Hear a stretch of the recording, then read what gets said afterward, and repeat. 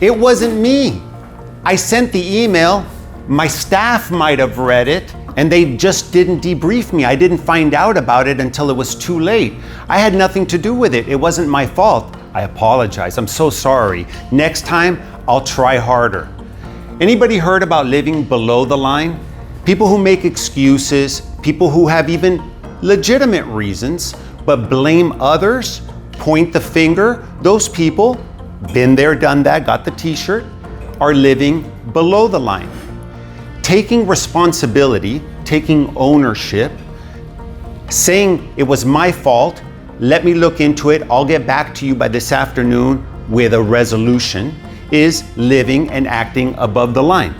If you want to run a good business, continue to blame others. You can blame your staff, you can even blame your clients. You want to run a great business, start living above the line. I call this taking extreme responsibility.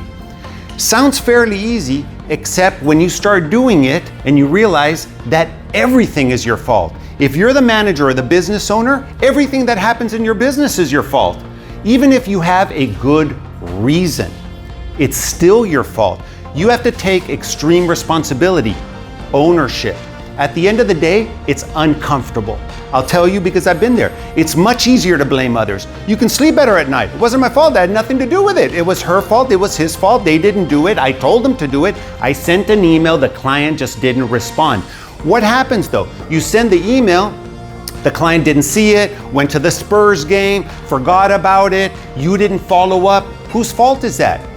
You can blame your client, but ultimately it's your fault because who's got to pay the penalty for it? You do, because then the client's going to be mad, then they're not going to want to pay you, and then you're going to cry fourth quarter when your revenue numbers are down, all because you didn't follow up. So take extreme responsibility. I've been doing it in my personal life. If my kids don't get a good grade, if they're late to school and they weren't ready and they didn't have their lunch packed, ultimately, whose fault is that? It's mine. I can blame them. They're terrible kids. They don't make their food. They don't do their homework or whatever, but ultimately, it's my fault. Bad example. I didn't guide them. I didn't help them along. I didn't contribute to the success. I contributed to the problem. So here's my tip for you. You want to have a great business? Forget having a good one. A good one is blame others, get stuff done, figure out a way, finagle it, fix it, barely get it out the door, collect the money.